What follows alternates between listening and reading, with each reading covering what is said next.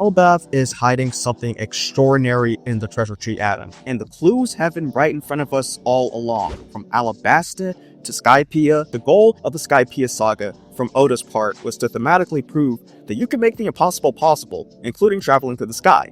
But Bellamy, as the resident hater of the pro-sky movement, dunked on this idea of dreams and heading to fantastical places: the sky, El Dorado, and Emerald City. Guess which of the two we could cross off our checklist? This means the only place we've yet to visit is Emerald City, since it's been proven that there are Sky Islands, duh, and that El Dorado, aka the city of Shandora, exists. It's only natural to believe that maybe there is an Emerald City.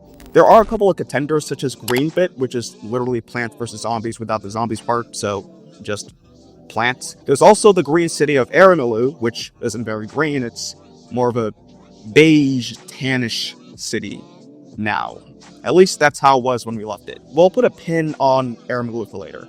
But what if the truth is that the Emerald City isn't just a fantasy, but an actual location in One Piece, and it's been waiting for us all along in Elbaf? And so today we'll explore how the Emerald City could be hidden in the heaven world of the treasure tree atom, and why its existence might be so crucial for the story of the Elbaf arc. If we're all on board, make sure to like this video, subscribe to the channel if you haven't, and ring that bell because the following video will be part 2. Stick around to the end of the video to find out why. Let's get into it. If you've been alive for 5 minutes, you pretty much know the gist of the Wizard of Oz movie. A girl from Kansas may or may have not taken a few too many shots. Hey yo, what the fuck? Winds up hallucinating herself in the land of Oz, meets a couple of colorful characters, including Michael Jackson, who plays Basil Hawking's grandfather, and they're trying to pull up at Emerald City to meet the Wizard of Oz, to have their wishes granted. It's pretty self-explanatory. I would know. I watched it for half a minute, then fell asleep.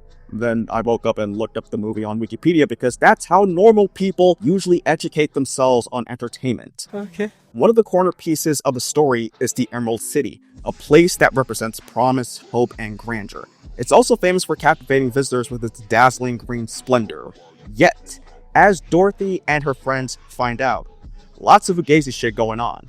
The city is largely an illusion crafted by the wizard's deception when he encourages the visitors to wear these green-tinted glasses. This makes the city appear magical, when in reality, all of that is bullshit. This theme challenges us to question the truth behind appearances and explore how even places that seem perfect can hide imperfections. And it's pretty standard practice for Oda to draw on this idea of duality and weave it into the One Piece world. So perhaps the same could be said about Elbaf. Oda's storytelling thrives on connections to mythology and literature, so his approach may have heavily inspired One Piece's version of the Emerald City. For instance, the city in The Wizard of Oz was inspired by the White City Fairgrounds of the Chicago World's Fair, a famous world fair from the 1800s renowned for its grand utopian spectacle symbolizing human ingenuity. Like the White City's stunning visuals and architecture, Elbaf is introduced with a similar sense of awe. In recent chapters, Oda's description of the island emphasized its fantastical grandeur and overwhelming scale, mirroring the language used to describe the White City during its time. And we can even go beyond this. In One Piece, legendary cities often hold cultural or historical significance while serving as critical pieces for the story's narrative. Shandora, the Golden City, or El Dorado, was a place of immense wealth made out of gold and all. Still, they don't count it as treasure because rubber bands are apparently better. You weird. But yeah, there's a lot of gold and heritage, as the city stands as a testament to its people's resistance against any outside corruption and oppression that would harm their culture and traditions, but most importantly, protect the poneglyph left behind by their ancestors. There's also Alabasta's green city of Aramalu. It's not as legendary as El Dorado, but it was pretty famous for being a lush, vibrant place until a crocodile made it drier than dry bones with dance powder. That's to say that if we take the names Aramalu and El Dorado and sort of mush them together, the sound begins to resemble Emerald, the Japanese pronunciation for emerald, hinting that Oda may have brought up El Dorado and the Emerald City within the same trash talk for a reason. With the only other green city we know of in One Piece being Aramalu, and with so many thematic comparisons between Skypiea and Elbaf that we could spot so far in these recent chapters, could this be Oda's way of building towards a grander revelation that the Emerald City may exist in Elbaf? And this brings us to the heart of Elbaf's island, the treasure tree atom. Its symbolic significance both to the giants and the One Piece world makes this the perfect place to anchor a revelation as monumental as the existence of the Emerald City. That is why I believe the Emerald City lies on top of Treasure Tree Atom, otherwise known as the Heaven World. Treasure Tree Atom. Why is it a treasure? Who the fuck is Atom? These questions are at the heart of One Piece's ever-deepening narrative about what treasure really means. From as far back as the Orange Town arc, One Piece has hammered home that treasure isn't just about jewels or gold, that is tied to personal dreams, sentimental value, and the legacies of those who dare to pursue their ambitions. That philosophy is central to understanding Treasure Tree Atom. It's not just a mythical tree, it might be a direct link to something even more legendary, the Emerald City. The tree's romanized name, Hoju Adamu, with Hoju meaning precious jewel or treasure, hints at its deeper meaning. So think about it. Emeralds are treasures by definition, but in the world of One Piece, treasure is much more than material wealth. If the Emerald City is indeed tied to the tree, its significance grows tenfold. In some ways, it could represent hope and renewal, just like the Emerald City from The Wizard of Oz, a place where dreams and aspirations converge. It's not just about riches, it's about the culmination of ambition. Imagine the Emerald City perched at the peak of Treasure Tree Atom. It would embody One Piece's recurring theme, treasure as a beacon of hope and legacy. And so much like the Golden City of Shandora and its Golden Bell, which symbolize the pride and history of its people, the Emerald City could represent the indomitable spirit of Elbaf's giants. It aligns with their warrior culture, fighting for beliefs and passing down values to future generations. Elbaf's Heaven World is already steeped in the idea of a mythical heavenly realm. Now think of the Emerald City as a parallel to Norse mythology's Valhalla. Both are destinations steeped in symbolism. Valhalla is the ultimate reward for warriors who die with honor, a place for partying 24/7 in preparation for Ragnarok. Meanwhile, the Emerald City in The Wizard of Oz is the ultimate goal of Dorothy and her friends, who believe it's a place where all their deepest wishes and desires will be granted, representing hope, transformation, and the promise of answers. What ties them together and ties them back to One Piece is that these mythical destinations aren't just about the end goal, it's about the journey. And so whether it's Valhalla, the Emerald City, or even Laugh Tale, the trials, growth, and bonds formed along the way make the treasure truly priceless. Sounds awfully a lot like One Piece. So we can see that if the Emerald City is tied to Treasure Tree Atom, its implications for Elbaf and the greater world of One Piece, especially for our main characters, become even more intriguing. It's clear that its significance extends beyond just symbolism. It might just redefine what it means to chase a dream in the world of One Piece. But most importantly, it may be the perfect place for a training arc to go down for the Straw Hats before the final war for the One Piece. Now that we've established how Oda is dead set on embodying the sentimental ideas of treasure through the Emerald City, and how its potential location at the top of the Treasure Tree Atom symbolizes a great sense of pride and hope, especially for the giants who just casually be like, "Look what I can do with this glass box!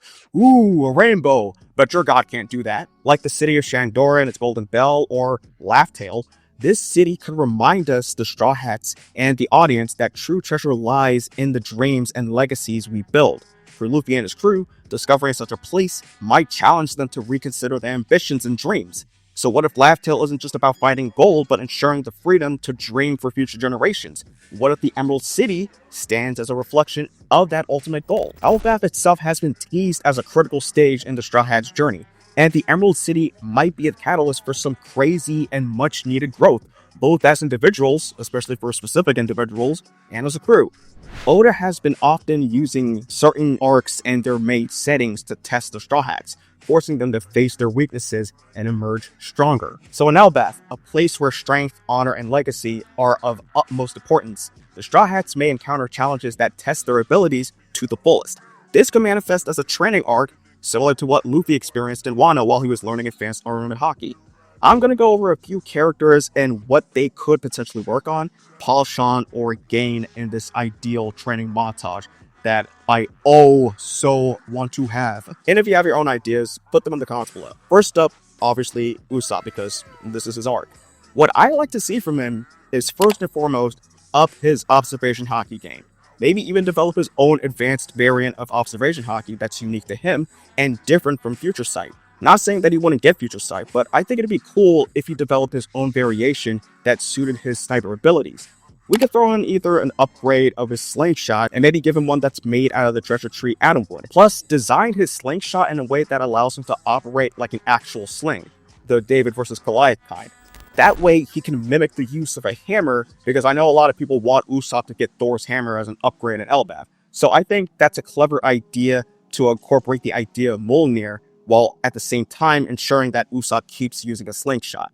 And maybe for a throwaway, Usopp could somehow incorporate the Sunstone Painters that keep appearing in this arc, which I guess is Elbaf's answer or version to the Skypiea dials. I think it could work for Usopp and have him create illusions and other gaslighting trickery. For Nami, we did get to see some Zeus action at the beginning of the arc, so maybe Oda has some plans for an upgrade for Zeus.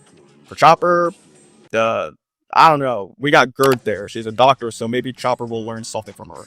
Same thing with Sanji. We got Goldberg, who's the chef of the new giant warrior pirate, so maybe he'll learn something from it too. Not sure what to expect from Robin other than huge development in the Poneglyph department, but I'm sure Oda can find a way to manifest her character development in some cool power-up with her devil fruit similar to Demonio Floor. I'm not gonna go over all the Dryads, these are just a few I have at the top of my mind for now, but if you guys have any ideas for the rest, feel free to comment below. The Viz Media translation of chapter 1132 does have some interesting interpretations in terms of the regions of Elbaf, like the Heaven World being interpreted as the Astral World, which, yeah, sure, I can buy that.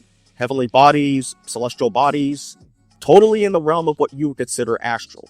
And I think the terms of heaven and astral really bring into an obvious question what makes that region heavenly and astral.